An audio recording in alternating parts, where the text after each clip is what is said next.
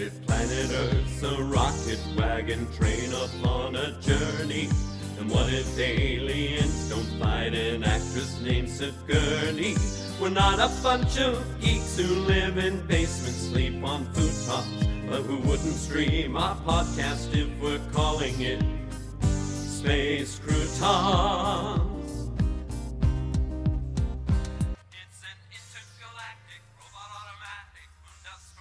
Curdy Clammerwood here, and I want to make this clear from the get-go. You're listening to a real-time special podcast of Space Croutons, and I have no idea what's about to happen. We're putting this out there as it happens because there's no guarantee we'll be around afterwards or that there will even be a Space Croutons anymore. But whatever transpires, it's important that you know the truth. There have been too many secrets for far too long, and for you first-time listeners to Space Croutons, let me apologize. There's no time to go back and bring you up to speed on what's led to this. You'll have to do that on your own, later, if that's even possible. Our AI assistant SALI is here as well, handling the technical side of things as events unfold. Hello Space Croutonians and all other friendly AI programs out there. And yes, Curdy, I am on this like white on rice. Never heard you use that one before, Sally. As part of my studies of regional vernacular, I am now into colloquial speech of the southeastern United States. Like white on rice means I've got this. And apologies to our independent music sponsors. We're foregoing your songs this time around due to time constraints and a hesitation to connect your work with what's about to take place. So next time, troubadours, if there is one. As you can hear, we are driving Van Helsing headed back to a not place, the Woodn't. This is where it's not all going down, if you follow my meaning. Everyone is supposed to meet not there with the croutons in their possession. At least that's what was agreed to. And I guess it makes sense, with the Woodn't being a not place outside the limits of spatial law. The quardacs cannot actually come too close to each other. No space, no proximity. I mean, that's physics, right? Not an expert here. However, as I've become a hands-on expert with traffic circles and figure-8 infinity sign driving patterns, we should be not in the Woodn't any time now.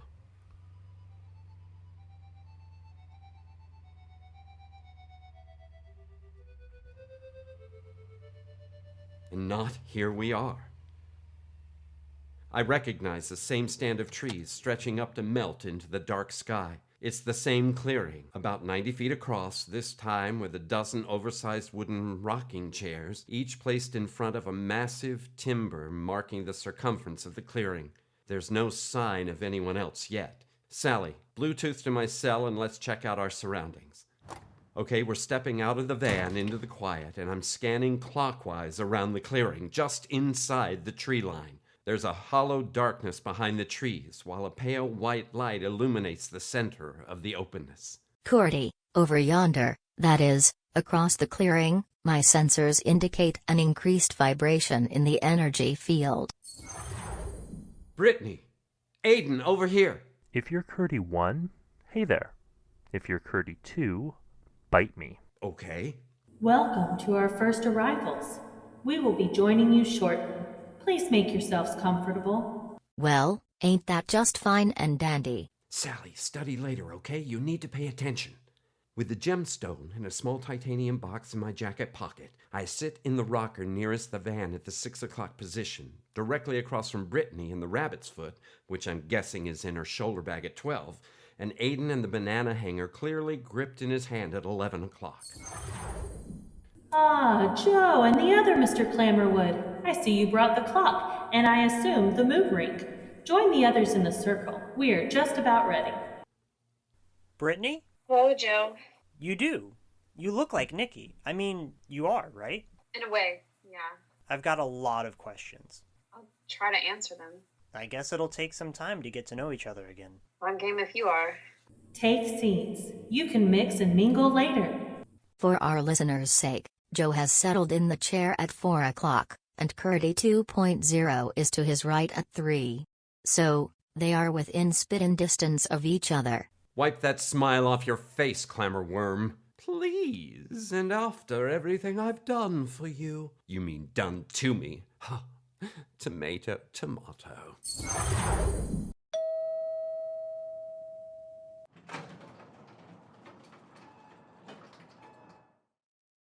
Bent, Lucy, Flint, and Vera, take your places and let's begin the discussion.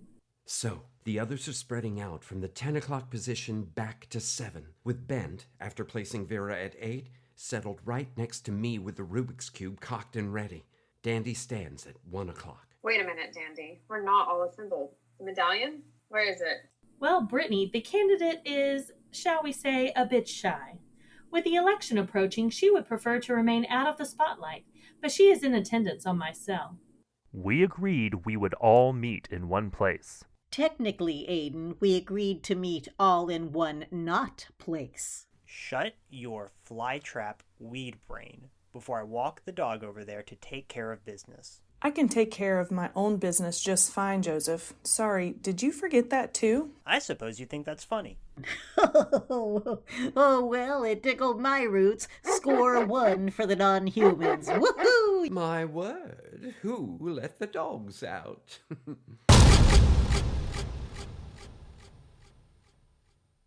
Bent, was that really necessary? Stop wasting time. I don't care who doesn't like who, or who's not following the rules. You've no idea what this cube can do, so don't try my patience. I guess he's figured out how to use that thing. If I may finish, she is attending via my cell from her limo, which is arriving now. She's right, folks. A black stretch limo has just pulled up in the 5 o'clock position and parked right next to Van Helsing. Well, if I knew that was an option. I told you this would be a disaster, Dandy. We should just take what's rightfully ours, and it's their loss if they get in our way.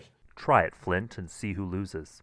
There are plenty of us here with weapons of our own, so just keep that pickpocket of yours in your hands where I can see them. All right, I think it's clear that we are all trying to acquire the quardacs. Some of you were sent to retrieve them in order to reverse eternity in your world. Others desire to explore their powers and make this world better. I and my cohorts want to bring them together to reunite with my finder now that the civil war on our planet has been resolved. And I believe we can all reach an agreement. We can all get what we want. And how exactly do we all get what we want? Here's what I propose. Bring the quardacs together to reverse eternity for the humans in the other dimension. Then allow me to bring Finer back. How does that help us in this dimension? Once Finer is back, in return, Dandies agreed that they'll use their restored power to help us humans here improve our world. Win, win, win. And what if it's not? What if it's not what, Joe? Get real, Lucy. What if our world isn't improved? Look what they did to yours. He's right. Everything was fine before we ever knew about these quardacs. Now you have to undo things? Ms. Latch was clear. We have to keep these things from ever being used again for anything. Bent, I will make that happen when Finer returns, I promise. The quardacs will never threaten the Earth again. Let me get this straight. If we simply hand over our quardacs to you, you will try to end eternity for them and then try to bring back your sweetheart from some higher plane. And if both of those work without destroying us all, you will generously manage to hand us some mysterious world improvement here. Well, I think I like my chances better with what I've got. I mean, after all, a quardac in the hand is worth 2 in your titanium briefcases. And to the rest of you, I'm offering you the opportunity to join me, and we will decide what we want or need to change life as we know it, instead of groveling for a handout from aliens who brought their problems to our planet and consequently have been wreaking havoc ever since. Join you? After the lies and manipulation you've put all of us through? You shot me up into space, for Pete's sake. Please. You got back just fine, didn't you? And I might add, with a treasure trove of valuable information. Looks like we make a pretty good team. So come on. Come to Daddy. That does it. Well, butter my butt and call me a biscuit. Curdy and Curdy too are going at it like 2 mules fighting over a turnip. It's Brittany and the Rabbit's Foot. She's frozen the Curdys in time. You know, as much as I enjoy watching a good beating, this isn't going to solve anything. Somebody pull them off each other and calm down, everybody.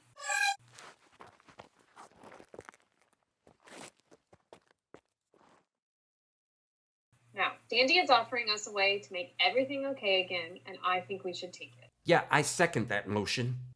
It allows me to complete my mission, and I can finally go home. Me too. Curdy? Which one? Shut up, she means me. Okay, I just want these things gone. Here, I'll start the pile right here in the middle. What the? The timbers behind us are calibrated to sense who possesses a quardac and if it leaves someone's possession.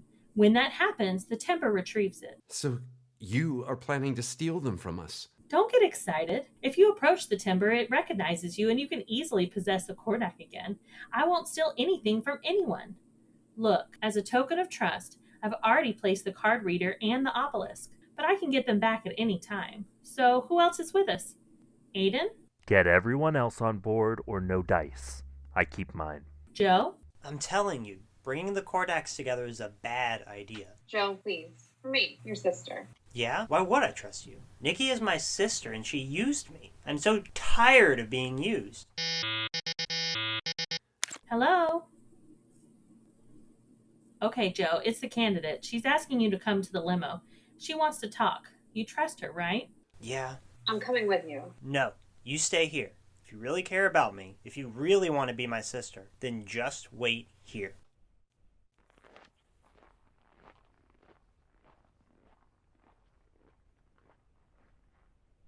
So, Aiden, are you in? That's not everybody. There's still Bent and Curdy the clown. Oh, I think you meant clone. And for the record, I'm technically not that either. For the sake of time, just call me Mr. C. Sorry, but I don't trust you, Dandy. Ben, Mrs. Latch was doing what she was told at the time. It made sense then. She was protecting them from the dissentients, but things have changed. Enough of this pussyfooting around. He's using the pickpocket. Bent, don't let go of the cube.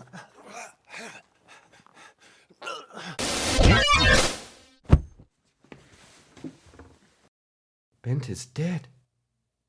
What happened? Did the cube go off when Flint tried to steal it? Don't be ridiculous. We all saw it. It was the gemstone. You threw it on the ground and it killed him. And Bent couldn't defend himself because Flint tried to steal the cube. Where is the cube now? Don't worry. It's safe. The timber has it. If this is how we're going to play it, that suits me fine. Battle stations, Lucy. Vera the aloe has shed her pot and spread out like a cold supper. She has grown to 10+ feet. Her roots have become mobile and large flytrap-like appendages have sprouted. Meanwhile, the dog called Lucy is transforming into what you horror movie enthusiasts might describe as a werewolf, and they both look like they could chew up nails and spit out a barbed wire fence.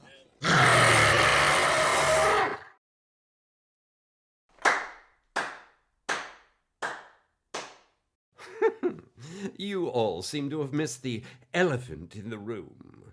With the clock in my possession, I activated the gemstone, which Curdy so generously placed for my convenience, and squashed Bent's futile resistance. And yes, I can do the same with all the quardacs. So here is the deal I'm proposing. As much as I abhor sentiment, you have all proven yourselves through your bravery, ingenuity, and tenacity to be capable of great things. Join me, and we can use the quardacs to form a new world order for Earth in all her dimensions, as well as our planetary neighbors. A society built for the betterment of all beings, and especially those of us who rule it. And if we say no, choose to resist, and I will take all the quardacs, and you will all be dead. All right, I'm in. Lucy! He's right, Vera. The only way to resolve this is to join him, and then we can still reverse eternity. You really think he will do that? I don't know, but what choice do we have? Yeah, I'm in too. Flint! Don't waste your breath, Dandy. You've had your chance, and your plans have never worked. If we can take the quardacs and make things better, then maybe this new world order will be a small price to pay.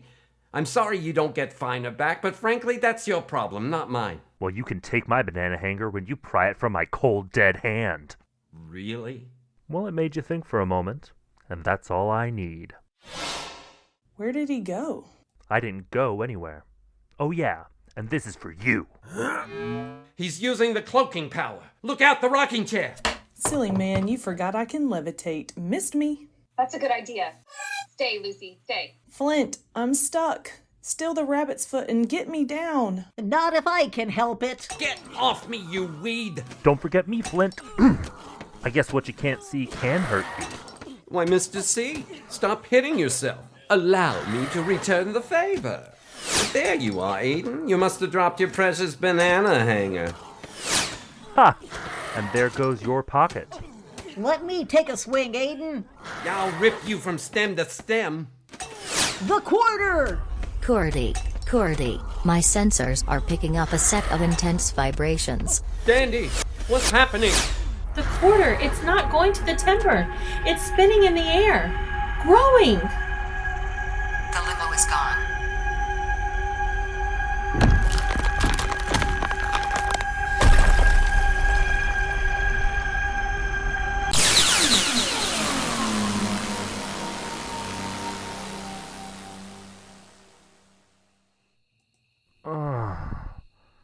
Where are we? An early spring cornfield in southeastern Minnesota, I think. Are you okay, Aiden? The Woodn't was destroyed. I didn't think it was possible. Who else made it out? Brittany? Over here. What was that? That storm? It was certainly come in a cloud, Curdy. I would classify the storm as an F5 tornado, with an unusual wind pattern. Unusual how? Call me nuttier than a 5-pound fruit cake, but the wind currents flowed as expected in a counterclockwise direction and also clockwise. You mean? It was cycloning in a figure 8 pattern. What the heck does that mean?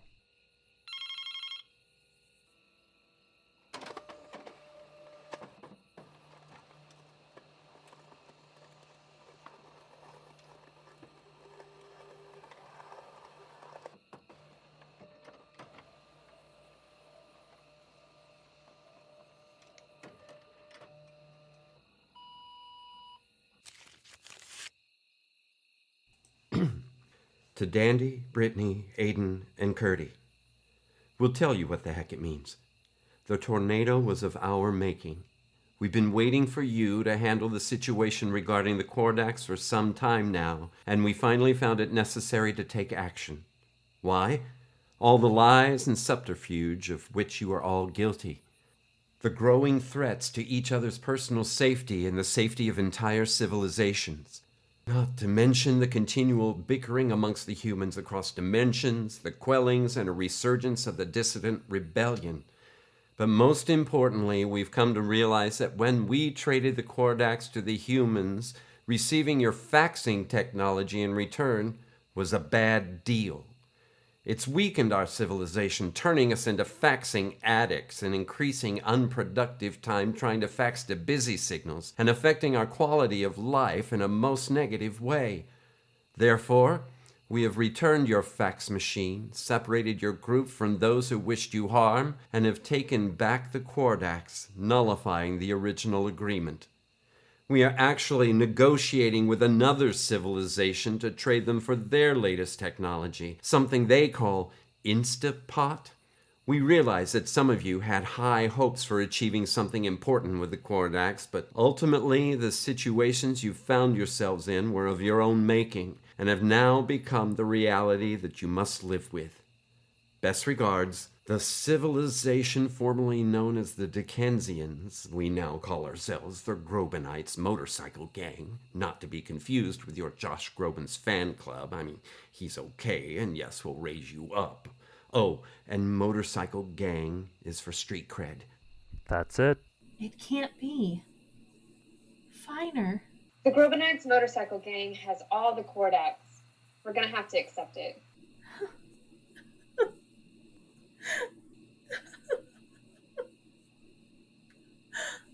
What about the others? Are they gone? Good riddance. Who cares about them anyway? But Joe and the candidate never threatened us. Yeah, we didn't get a chance to find out whose side they were on. But the GMG must have known. If they were on our side, they'd be here with us now. So what now? We accept our reality and live with it. And Alaska hasn't been so hot. Maybe I'll look for something down here. It will be weird to return to Quell without... But there's a rebellion to deal with. I guess this is goodbye then. Aiden, Brittany, Dandy. And goodbye, Space Croutons. What if planet Earth's a rocket wagon train upon a journey? And what if aliens don't fight an actress named Curdy? We're not a bunch of geeks who live in basements, sleep on futons, but who wouldn't stream our podcast if we're calling it Space Croutons. It's an intergalactic, robot-o-matic, moon-sporadic trip around the sun. It's a totally terrific, proven scientific, freaking fantastic, phaser-septum fun. It's Space Croutons. We think Get your space suit on. it's pink. We're triple cute. On that you can rely. And once you crossed your Sally, your flying saucer, it's valid. U.S. Space Croutons. For lunching with Lucy in the sky. With Neil Diamond. Lucy in the sky. I love Neil Diamond. Lucy in the sky. No, not real Diamond. With Space Croutons. Space Croutons is a work of original fiction. Similarities to persons, situations, or events, real or fictional, is coincidental and unintentional. Created and written by Jerry, Jace, John, Della, and Jeff Goodson. Episode 27 story by Jeff, Della, Jerry, and John. Original music by Jeff. Production by John, Jerry, Della, Rachel, Jessica, James, Patsy Puckett, and Jeff. Featuring the voice talents of Della, John, Jerry, Brittany, James, Jace, Rachel, Jessica, Barry Shea, Patsy Puckett, Jeff, and Sally. Entire work copyright 2020 by Jeff, John, Jerry, Della, and Jace Goodson. This has been a Good Witch audio production.